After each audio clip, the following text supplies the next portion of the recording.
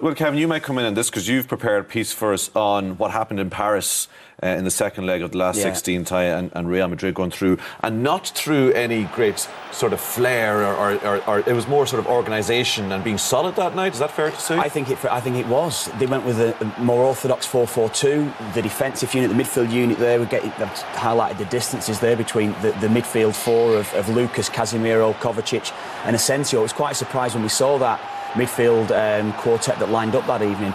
But it was the distances that they got right. They were trying to force everything wide. When PSG were going through the middle like they continuously do, if they ever broke that midfield line, they were able to get beyond them. The distances was perfect from the defensive unit.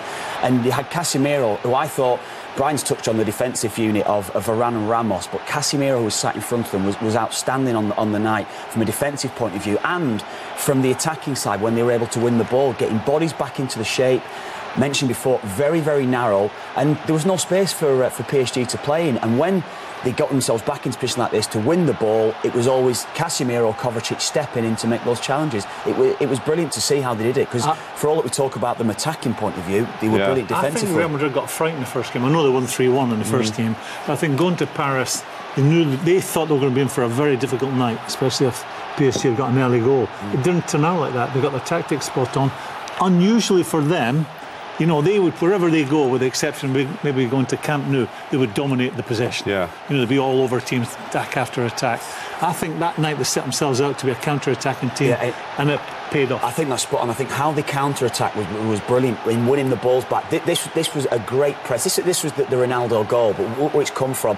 Asensio winning the ball, Alves slack in possession, and it's how then they flooded bodies forward off the back of that. Asensio, he can carry the ball. He's a ball carrier, get himself into positions. But when he holds it up and he checks back inside, he waits for the run of Lucas. It's just going beyond him. As soon as Lucas gets his head up, hang it up to the far post, and bang, that man, when he comes in, you know full well, if you get the delivery right, he's top class. So, Graeme, I think we can see the Real Madrid team, and it is the exact same 11 that started the final last year. But that means that Kroos and Modric come back in, Isco comes back in. So does that mean it's a completely different approach from Real tonight than they had that night? No. What do you mean a different approach? Well, in Paris they didn't have more of the same. They didn't have Modric and Kroos in Paris. They'll be thinking they can do the same sort of number on them as they did in the final. Yeah. You know, they'll think, same again, please. They're planting a seed. With Juventus, you're up against the same players. Look what happened the last time. I think it's significant that there's no Gareth Bale. I think when you talk about being a counter-attacking team, you want Bale in your squad with the legs he has. But I think they see this as maybe more of a compact working midfield with him not being there. It's a very, very solid team. And I just, you know, we're saying who's going to win it.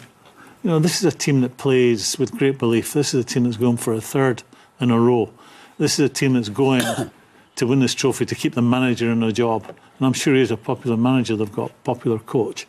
I mean, don't write off Real Madrid in this competition. You can't. You'd be a fool to do that. Modric comes in. He didn't start in Paris. Kevin, just picking up on what Graeme is saying, is this going to be with him playing a game where they look to control possession as opposed to what happened in Paris? Well, the midfield will come very narrow. That man, you say, Modric will probably start more so on the right-hand side. And much that I spoke about the distances there with that midfield four against PSG, it will be quite a narrow midfield four, all comfortable in possession. And then, of course, off the back of that, it will be almost as if Ronaldo, he doesn't get involved, he stays out of the picture from a defensive point of view. Just scores goals. Oh, yeah. Doesn't do a lot, he just scores. Scores goals.